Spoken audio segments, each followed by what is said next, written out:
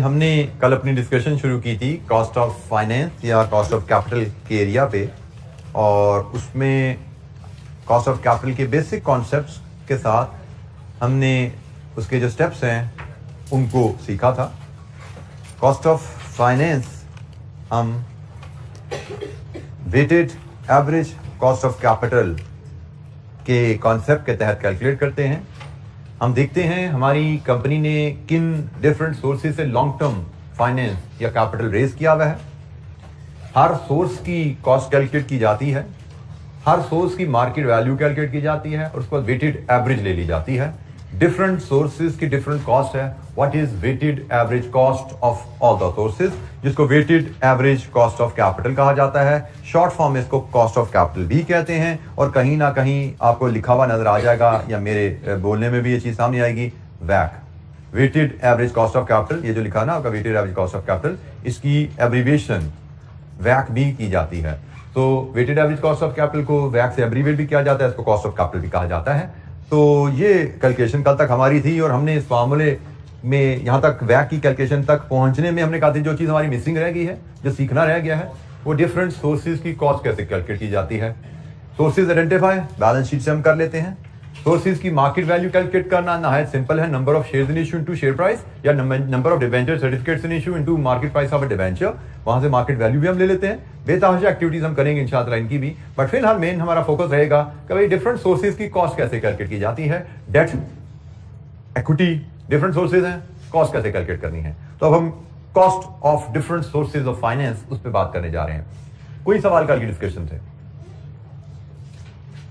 Cost of capital जैसे मैंने कहा एक कंपलसरी क्वेश्चन हम एक्सपेक्ट करेंगे एग्जाम में, और कॉस्ट ऑफ कैपिटल हमारे सिलेबस में कैफ लेवल पे फर्स्ट टाइम इंट्रोड्यूस हुआ है। इससे पहले कैफ लेवल पे कभी पढ़ाया नहीं गया, कैफ 6 में फर्स्ट टाइम इंट्रोड्यूस हुआ है। अच्छा, कॉस्ट ऑफ डेट की जब हम बात करने जाते हैं तो पहली चीज तो हमें यह समझनी है कि डिफरेंट टाइप्स ऑफ डेट्स होते हैं। सोर्स ऑफ फाइनेंस में हम पढ़ चुके हैं, कोई रिडीमेबल डेट है, कोई रिडीमेबल है, कोई कन्वर्टेबल है, कोई zero coupon and so on, there are so many debts. तो पहली चीज हमें ख्याल रखना है कि डिफरेंट टाइप्स ऑफ डेट की कॉस्ट डिफरेंट होती है। वजह क्या है?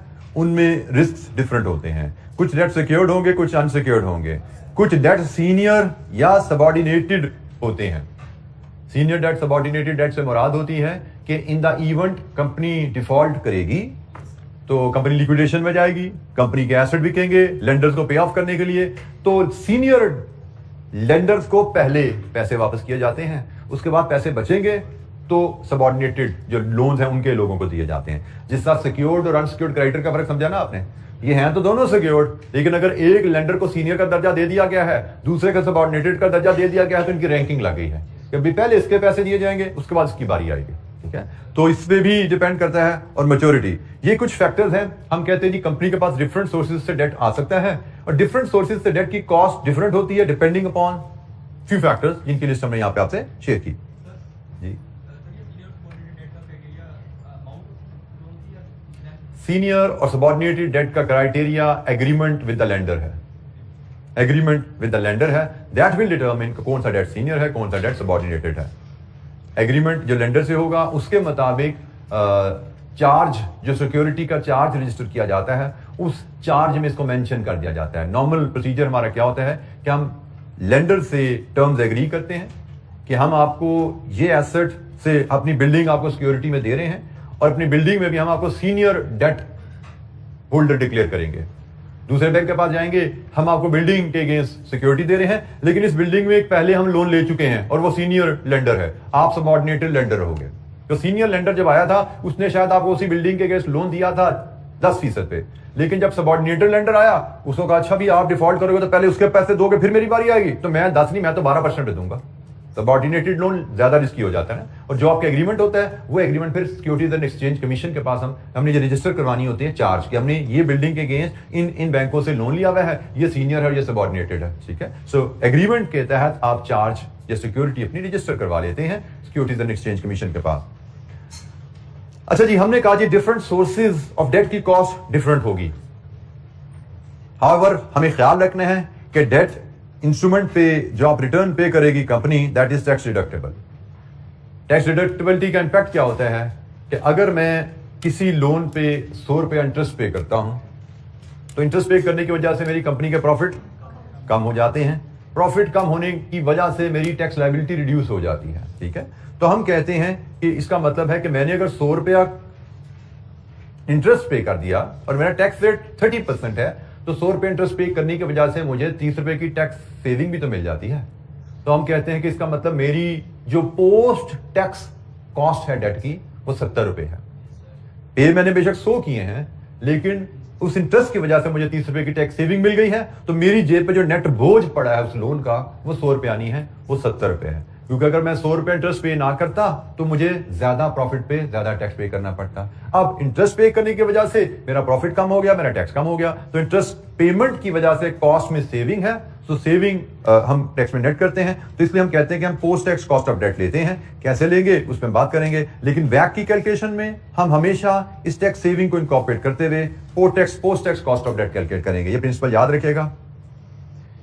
Cost of debt without adjustment of tax saving, इसको pre tax cost of debt भी कहा जाता है, इसको यील्ड भी कहा जाता है। Cost of debt without adjustment of tax saving को यील्ड भी कहा जाता है, ये भी याद रखिएगा। ये टर्म ये भी कहीं ना कहीं एमसीक्यूज में या इधर हमें नजर आने वाली है। आगे चल के यील्ड पे मजीद बात भी होनी है चैप्टर के एंड पे, बट यील्ड क्या होता है आपको पता होना चाहिए। Pre tax cost of debt मतलब टैक्स एडजस्टमेंट से पहले जो फिगर होती है कॉस्ट ऑफ डेट की, उसको यील्ड भी कहा जाता है।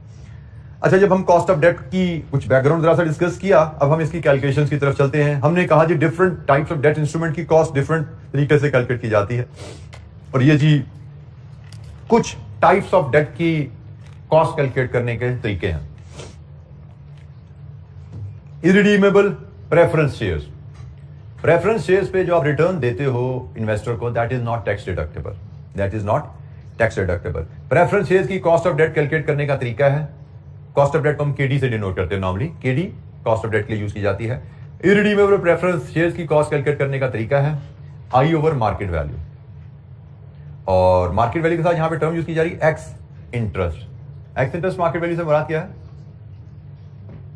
एक्स इंटरेस्ट, किसी बच्चे को कोई idea? X interest market value नहीं सुनी हुई टर्म। आपने सपोज एक कंपनी का डिबेंचर खरीदा 100 रुपए का 1 जनवरी से 2021 को, 100 रुपए का आपने डिबेंचर खरीदा, उसका इंटरेस्ट था 10% सालाना, और कंपनी यूजुअली ईयर एंड पे इंटरेस्ट पे करती है। 1 जनवरी को आपने डिबेंचर खरीदा, तो एज पर companies norm company will pay interest on 31 December. 100 रुपए का डिबेंचर खरीदा, लीव असाइड एवरीथिंग, मार्केट में इंटरेस्ट रेट हम कहते हैं हिला ही नहीं, हमने ये भी पढ़ा है, मार्केट में इंटरेस्ट रेट हिल जाए तो डिबेंचर की वैल्यू हिल जाती है। लेट्स अज्यूम आपने जब डिबेंचर खरीदा, जो इंटरेस्ट रेट 1 जनवरी का था वही इंटरेस्ट रेट 31 दिसंबर का है। लेकिन क्या आप मुझे 30 दिसंबर को अपना डिबेंचर 100 रुपए का बेचोगे? यस और नो? नो, आपने नो कहा, क्यों नो? क्योंकि उसमें इंटरेस्ट भी ऐड हो चुका है। बिल्कुल ऐसी बात ही है, आपने 100 रुपए का डिबेंचर खरीदा था 1 जनवरी को, और उस डिबेंचर में अब इंटरेस्ट अक्रू हो चुका है, और 31 दिसंबर को एक दिन बाद उस डिबेंचर ने 10 रुपए का इंटरेस्ट पे करना है।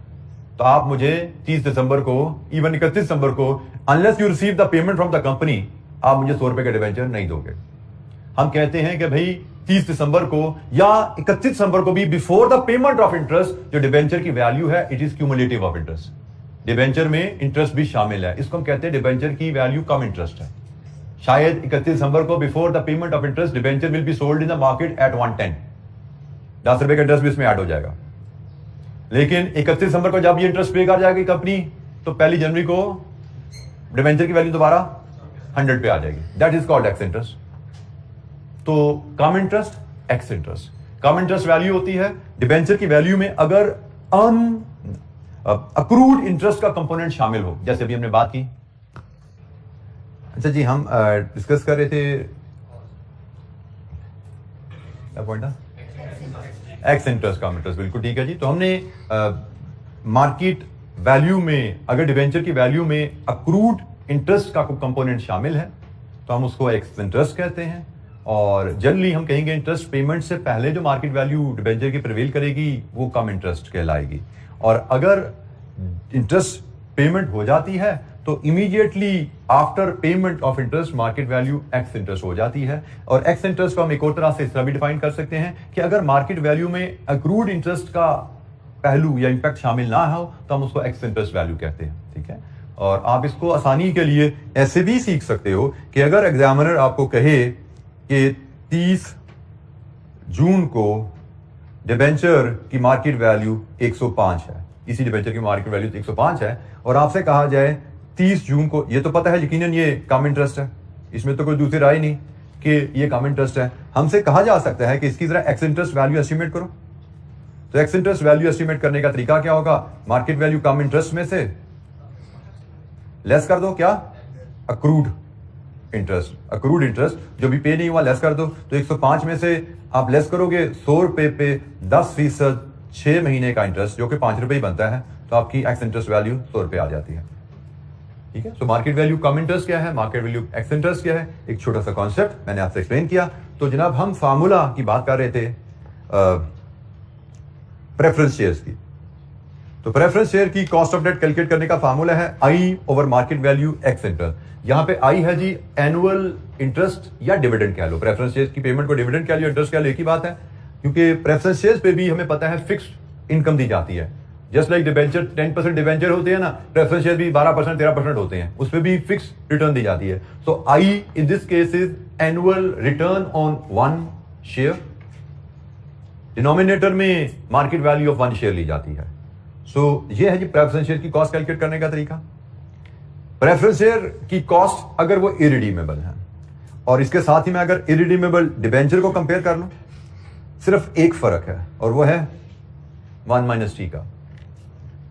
फॉर एग्जाम्पल जैसे हमने कहा 100 रुपए का डिबेंचर है या 100 रुपए का प्रेफरेंस शेयर है, 10% अगर रेट है तो सालाना रिटर्न 10 रुपए है और उसकी एक्स इंटरेस्ट वैल्यू से लेट्स अज्यूम अभी 100 रुपए चल रही है, और यहां पे भी सालाना इंटरेस्ट 10 रुपए है लेकिन 1 माइनस टी टैक्स रेट 30% है, तो हम इसको ऐसे लेंगे।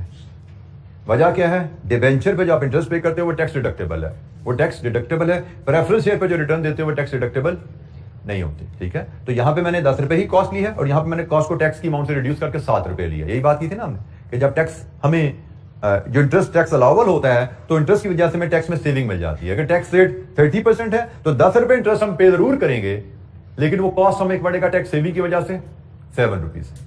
सो आई over market value ex interest, अगर हम इरिडीमेबल प्रेफरेंस शेयर से डील कर रहे हैं, अगर हम इरिडीमेबल डिबेंचर से डील कर रहे हैं तो I into 1 minus T, T is the tax rate over market value of ex interest. ये कहानी है इरिडीमेबल डेट की। इरिडीमेबल डेट की कॉस्ट कैसे ली जाती है।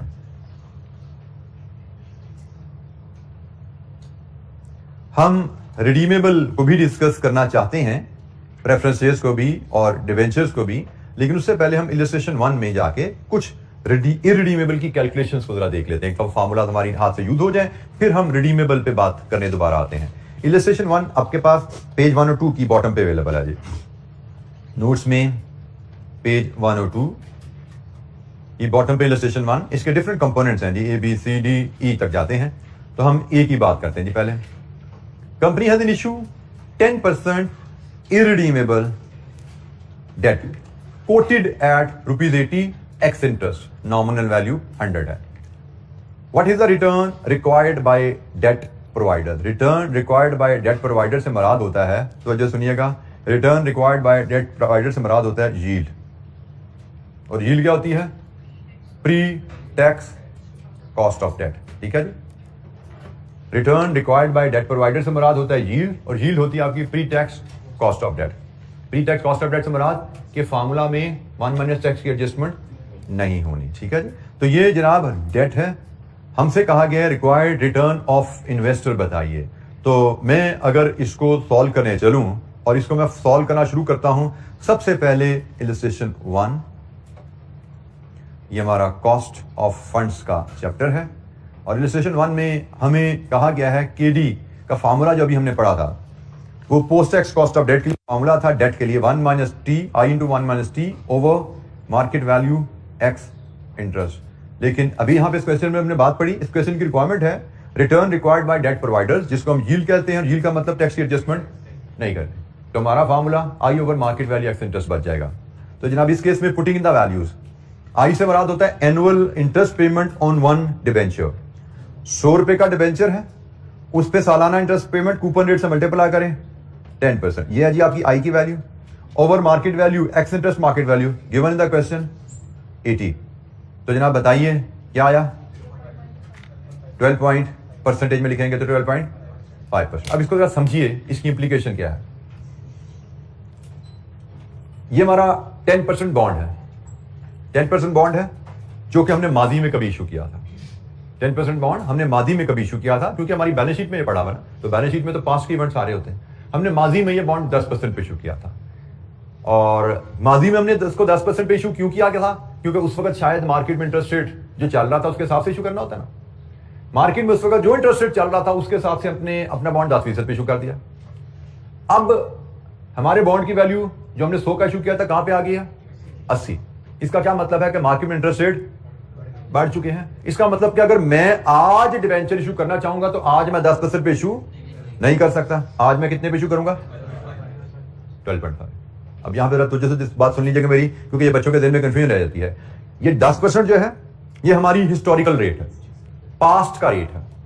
और हम कॉस्ट ऑफ कैपिटल क्यों कैलकुलेट कर रहे हैं? क्योंकि हमने प्रोजेक्ट की फिजिबिलिटी करनी है, ऐसा ही है। कॉस्ट ऑफ कैपिटल किस लिए चाहिए होता है? प्रोजेक्ट की फिजिबिलिटी के लिए। और हम इस कॉस्ट ऑफ कैपिटल की मदद से प्रोजेक्ट की अगर फिजिबिलिटी करें और प्रोजेक्ट हमें फिजिबल नजर आए, इसका मतलब एग्जीक्यूट और एग्जीक्यूशन ऑफ द प्रोजेक्ट के लिए यू नीड फंड्स। हमने डाटा कॉस्ट ऑफ कैलकुलेट करने के लिए बैलेंस शीट से निकाला है कि हमने पैसा कहां कहां से इकट्ठा किया हुआ है, लेकिन वो पैसा हमारे पास वेला नहीं पड़ा हुआ, वो पैसा एग्जिस्टिंग प्रोजेक्ट में लगा हुआ है। हमने अपनी बैलेंस शीट से ये सोर्स पकड़ा और हमने कैलकुलेट किया कि माजी में तो इस सोर्स से हमने पैसा 10% पे रेज किया था, अब नए प्रोजेक्ट के लिए रेज करना हो तो कितने में मिलेगा? This is what we are trying to calculate. हम जो कॉस्ट ऑफ कैपिटल कैलकुलेट कर रहे हैं ये डिसीजन मेकिंग के लिए कैलकुलेट कर रहे हैं, प्रोजेक्ट की फिजिबिलिटी के ऊपर डिसीजन लेने के लिए कैलकुलेट कर रहे हैं। तो प्रोजेक्ट की फिजिबिलिटी के ऊपर डिसीजन लेना फ्यूचर डिसीजन है। हम फ्यूचर के बारे में इंटरेस्टेड है। 10% इज पास्ट। फ्यूचर कैसे पता लगता है? कि यहां पे डिनोमिनेटर में मार्केट वैल्यू डाल दो, क्योंकि मार्केट वैल्यू आपके करंट मार्केट रेट्स की वजह से हिल चुकी है। करंट मार्केट रेट्स की वजह से हिल चुकी हुई है ये वैल्यू। तो यहां पे जब आप करंट मार्केट वैल्यू डालते हो तो ये जो रेट मिलता है ये आपको करंट रेट मिलता है। पास्ट हिस्ट्री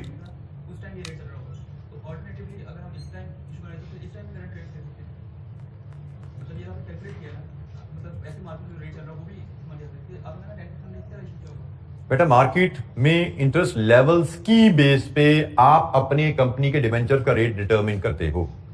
हर कंपनी एक ही रेट पे डेट इशू नहीं करती। अभी हमने पढ़ा था किसी कंपनी के पास एसेट देने के लिए सिक्योरिटी में अवेलेबल है, किसी के पास एसेट अवेलेबल नहीं है, दोनों का रेट सेम नहीं होता, फर्क होगा। लेकिन वो फर्क की बेस एक ही होती है। एक बेस है, उसमें किसी ने 2 ऐड करना है तो किसी ने 4 ऐड करना है। बेस बदल जाती है तो उसके हिसाब से आपका रेट बदल जाता है। मेरा रेट 12.5 है, कंपनी बी का रेट 12.5 नहीं होगा आज का, कंपनी सी का रेट 12.5 नहीं होगा आज का। मैं अपने रेट में इंटरेस्टेड हूं, उसके लिए मैंने अपने बॉन्ड की मार्केट वैल्यू पकड़ी है, अपने बॉन्ड की पुराने किसी बॉन्ड की मार्केट वैल्यू और उसकी रिटर्न पकड़ी है। मैंने देखा है मैं अपने इन्वेस्टर को सालाना 10 रुपए दे रहा हूं और वो 80 रुपए में वो चीज खरीदने पर तैयार है। इसका मतलब मेरी कंपनी के इंटरेस्ट पे कंपनी को इन्वेस्टर को सालाना 12.5% रिटर्न चाहिए। आज जब मैंने इशू किया था 100 रुपए का डिबेंचर तो इन्वेस्टर 10 रुपए रिटर्न लेके खुश था, 100 रुपए पे, मतलब 10% रिटर्न से खुश था उस वक्त। लेकिन आज due to different factors changes, हो सकता है मेरी कंपनी में कोई खराबी पैदा हो गई हो, ड्यू टू डिफरेंट फैक्टर्स आज इन्वेस्टर 10 रुपए रिटर्न तो ले रहा है लेकिन अब 100 रुपए देने पे तैयार नहीं है मेरे डिबेंचर के लिए। उसी 10 रुपए के बदले आज वो 80 रुपए देने पे तैयार है। इसका मतलब इन्वेस्टर को आज मेरी कंपनी से सालाना इतनी रिटर्न चाहिए। इसका मतलब आज अगर मेरी कंपनी को डिबेंचर इशू करना चाहती है तो उसका कूपन रेट ये रखना पड़ेगा। हमें आज की कॉस्ट चाहिए होती है, ये हिस्ट्री है। मार्केट वैल्यू जब डिनोमिनेटर में डालते हैं तो हमें करंट कॉस्ट मिलती है यहां से। तो ये जी part A, return required by debt investor, जिसको हम यील्ड कहेंगे, जिसको हम pre tax cost of debt कहेंगे। ये है फॉर्मूला जिससे हम उसको कैलकुलेट करते हैं। अच्छा जी, illustration B company has 8% irredeemable preference shares which is being currently traded at 64 excluding interest, nominal value 100. What is the cost of debt? अब irredeemable preference shares की cost of debt में वैसे ही टैक्स एडजस्टमेंट नहीं होती। Debenture की cost of debt में tax adjustment होती है क्योंकि उसका इंटरेस्ट टैक्स अलाउबल होता है। प्रेफरेंस शेयर्स का इंटरेस्ट वैसे ही टैक्स अलाउबल नहीं होता, ठीक है।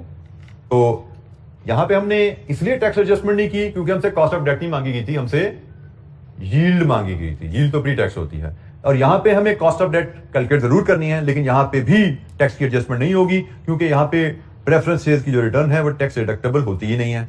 जनाब, हमने ये पार्ट ए किया था, अब हम पार्ट बी की कैलकुलेशन करेंगे। तो इसमें केडी जो रहेगा, अच्छा, यहां पे मुझे let me introduce the word pre tax.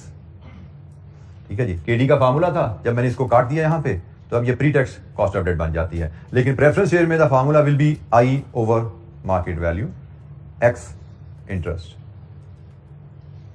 तो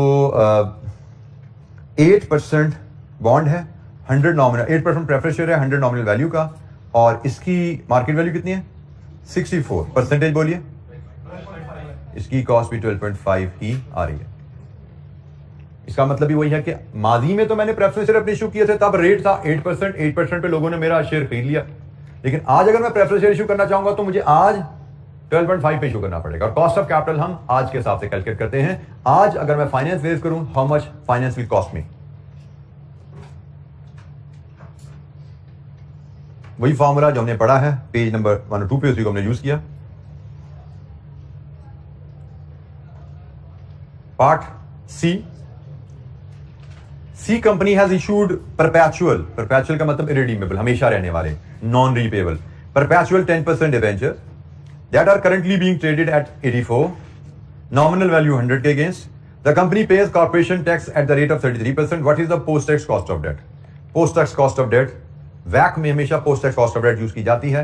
तो irredeemable डिबेंचर की post-tax cost of debt calculate करने का फार्मूला है जी C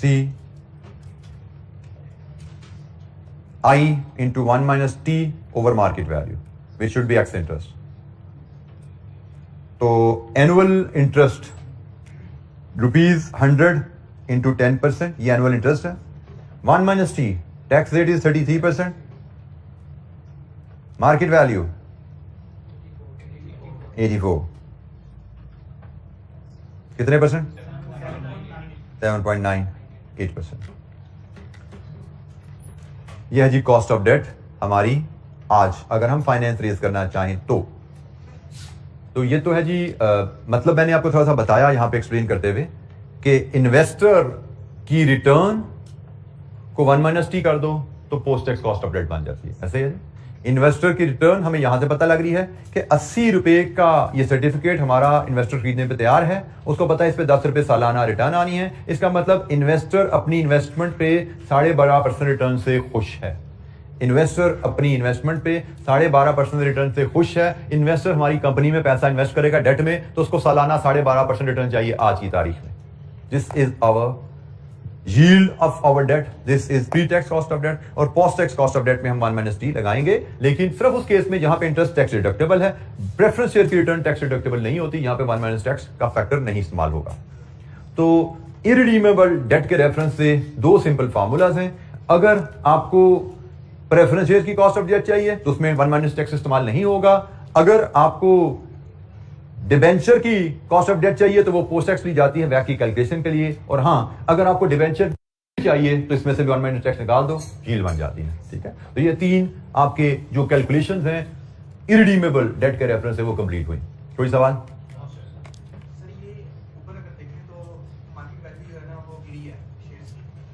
जी इसकी बात कर रहे हैं, डिबेंचर्स की मार्केट वैल्यू गिरी है।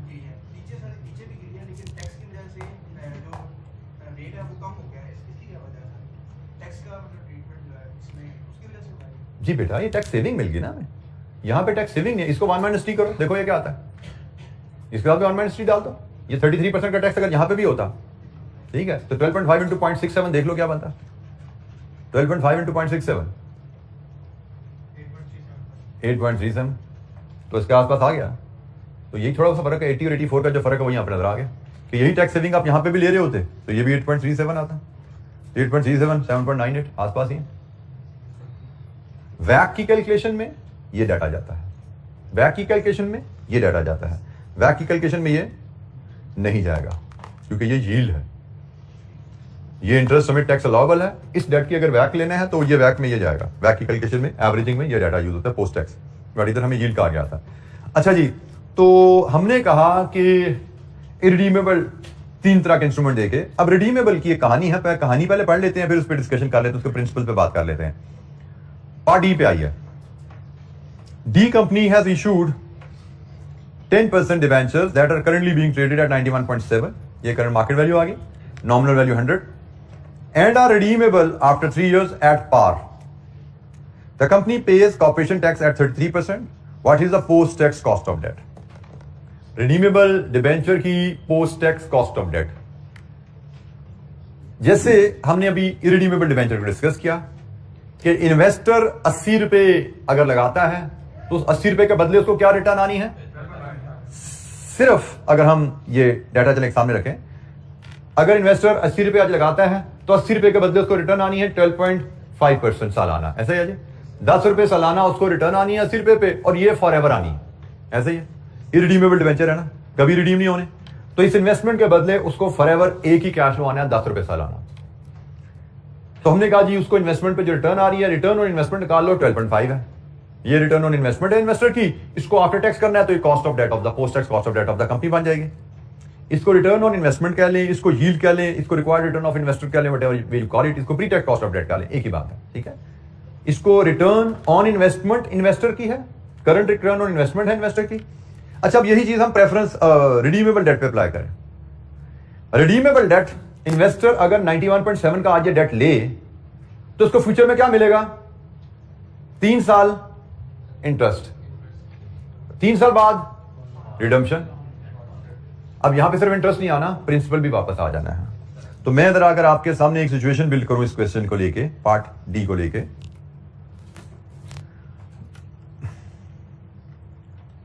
मार्केट वैल्यू आज बॉन्ड की है 91.7 की. अगर आप ये बॉन्ड 91.7 का आज खरीदो, आज 91.7 का ये बॉन्ड आप खरीदो, तो इसके बदले आपको इंटरेस्ट आना है 3 साल. कितना इंटरेस्ट आना है सालाना? 10% के हिसाब से नॉमिनल वैल्यू अप्लाई किया 10 रुपीज का, और 3 साल बाद आपकी रिडम्पशन प्रिंसिपल वापस आना है आपको. कितना? 100 का. अब अगर ये डाटा आपके सामने रखूं, आज आप ये इंस्ट्रूमेंट 91.7 का लो तो 3 साल इंटरेस्ट आएगा और 3 साल बाद प्रिंसिपल भी वापस आ जाएगा. इरिडीमेबल डेट में return on investment was very simple, annual return over investment, 12.5 आ गया था. रिडीमेबल डेट में रिटर्न ऑन इन्वेस्टमेंट कैसे निकलेगा? IRR, redeemable investment. ये प्रोजेक्ट ही छोटा सा बन गया ना कि आज इतनी इन्वेस्टमेंट करोगे तो फ्यूचर में ये रिटर्न आएगी, और आपसे कहा जाए इस इन्वेस्टमेंट पे एनुअल रिटर्न कितनी आ रही है यहां से, तो आप इसका IRR ले पाओगे. तो जरा तवज्जो से देख लीजिएगा. अगर आप इन कैश फ्लोज का IRR लेते हो, IRR of these cash flows will be yield या pre tax cost of debt. और इसमें सिर्फ एक एडजस्टमेंट अगर डाल दो आप कि ये इंटरेस्ट में टैक्स सेविंग डाल दो. क्या है टैक्स रेट यहां पे? 33%. तो ये आपके पोस्ट टैक्स कैश फ्लोज बन जाते हैं 33%. एक मिनट से मैं इसका कलर भी चेंज कर देता हूं. तो 1 - 0.33 अगर कर दो तो हम कहते हैं कि हमारी ये पोस्ट टैक्स कैश फ्लोज बन जाते हैं. इसमें कोई एडजस्टमेंट नहीं है. ये आपका कितना 6.7 हो गया, 6.7 हो गया, और ये 100, इसमें भी कोई एडजस्टमेंट नहीं आएगी. इन कैश फ्लोज की अगर आप IRR लेते हो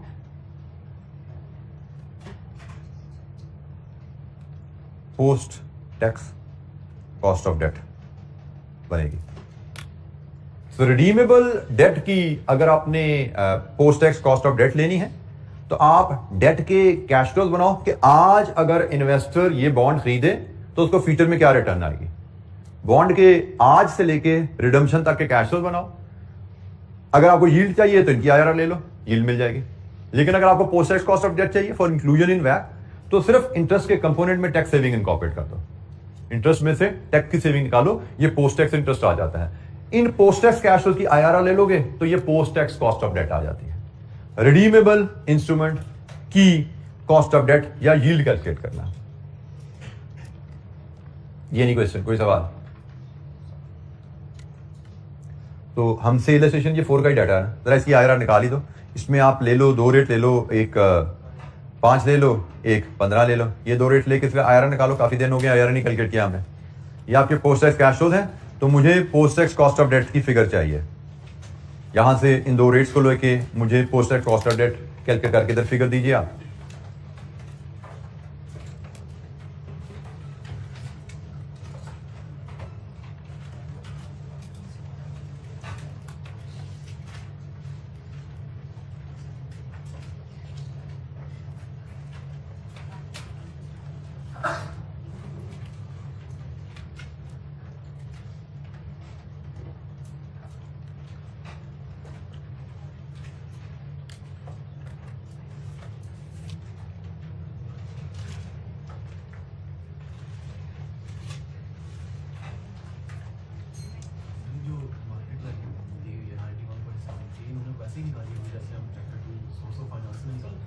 मार्केट वैल्यू 91.7 कहाँ से आई बेटा?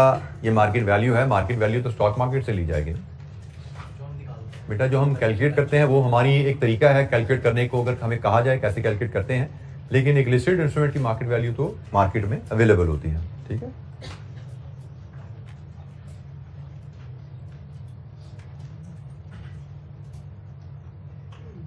अगर इंस्ट्रूमेंट लिस्टेड ना हो और हमसे कहा जाए इसकी वैल्यू निकालो, तो यस हम उस मेथड से वैल्यू निकालेंगे जो हमने पिछले चैप्टर में सीखा था, फ्यूचर कैश फ्लो को डिस्काउंट कीजिए।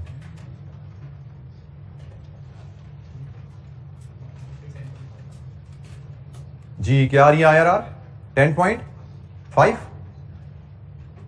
10.5% ये IRR वेरीफाई कीजिए कैलकुलेशन।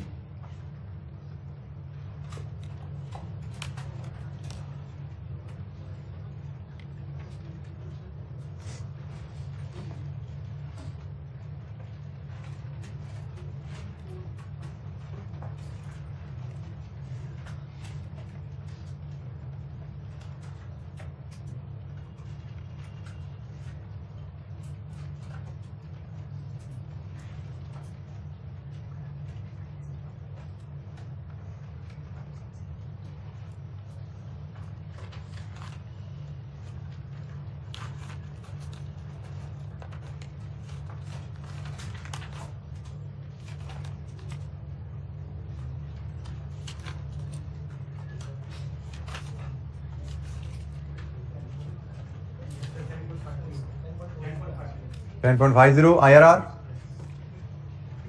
अच्छा जी, हमने रिडीमेबल डेट की यील्ड लेनी हो, इन कैश फ्लोज की IRR लेनी है, रिडीमेबल डेट की post tax cost of debt लेनी है, तो ये एक फैक्टर एडिशनल डाला, इसके बाद इन कैश फ्लोज की IRR लेनी है।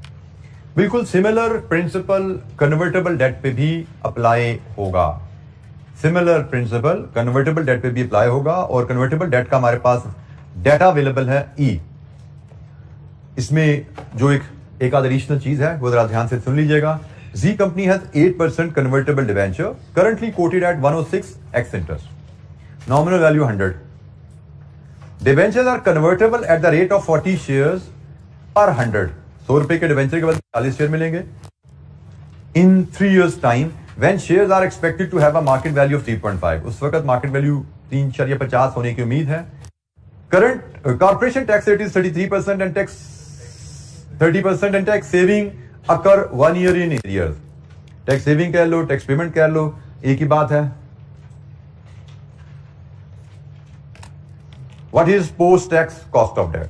अच्छा जी, कन्वर्टेबल और रिडीमेबल डेट की सारी वर्किंग में एक फर्क आता है सिर्फ। रिडीमेबल डेट ने तो मेच्योरिटी पर रिडीम ही होना होता है, लेकिन कन्वर्टेबल डेट पे हमारे पास ऑप्शन होती है। हम शायद उसको कन्वर्ट करवाएं, शायद रिडीम करवाएं, ये तो डिपेंड करता है पैसा कहां पे ज्यादा मिलता है। तो जनाब बस वो वहीं पे जाके फर्क आना है, उसके अलावा बाकी चीजें तो वैसे ही हैं जैसे अभी हमने रिडीमेबल डेट के साथ चले। तो हम इसी अंदाज में पार्टी से शुरू करेंगे। मार्केट वैल्यू आज कितनी है इस बॉन्ड की? मार्केट वैल्यू अगर आज मैं ये बॉन्ड खरीदूं, कितने का खरीदता हूं?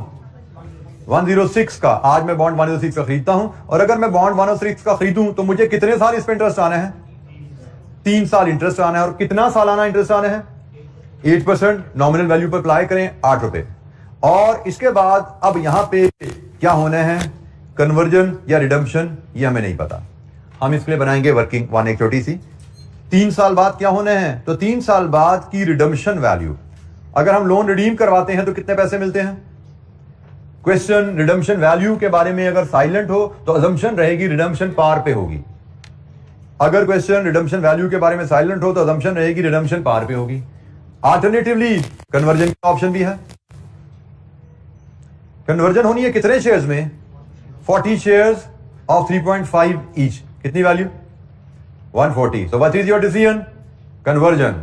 Your decision is conversion 140। लीजिए जी, ये आपके कैश फ्लोज बन गए। अगर आज कोई इन्वेस्टर ये 106 रुपए का खरीद रहा है डिवेंचर, तो उसको पता है कि मुझे 3 साल 8 रुपए इंटरेस्ट आने हैं, और 3 साल बाद इस डाटा के मुताबिक मैं कन्वर्जन कराऊंगा और 140 रुपए के शेयर हासिल करूंगा। आज अगर कोई इन्वेस्टर ये बॉन्ड 106 में खरीद रहा है, उसको पता है मुझे 3 साल 8 रुपए का इंटरेस्ट आना है।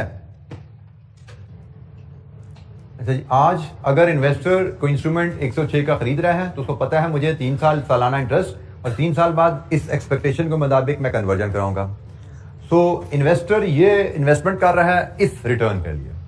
तो अगर आपसे कहा जाए यील्ड ऑफ द इन्वेस्टर बताइए, तो जैसे पहले डिस्कस किया, यहाँ पे IRR ले लीजिए। यील्ड ऑफ द इन्वेस्टर चाहिए, इन्हीं कैश फ्लो की IRR लीजिए, वो यील्ड आएगी। लेकिन हमें यहाँ पे क्या क्या है, post tax cost of debt बताइए। तो post tax cost of debt के लिए हमें इंटरेस्ट में टैक्स सेविंग एडजस्ट करनी है, इंटरेस्ट में टैक्स सेविंग एडजस्ट करनी है। और टैक्स सेविंग उसने कहा जी 30% टैक्स रेट है, लेकिन सेविंग एरियर में है। पहले था सेविंग सेम ईयर में थी, हमने इसी में से सेविंग लेस कर दी थी। अब सेविंग एरियर में है, हमें एक लाइन डालनी पड़ेगी टैक्स सेविंग की।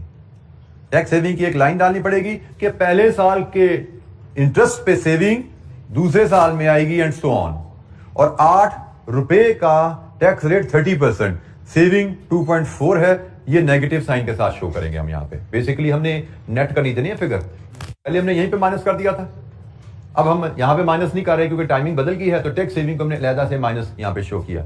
लीजिए जी, अब ये कैश फ्लोज हैं, इनकी आप IRR लेंगे तो that will be your post tax cost of date.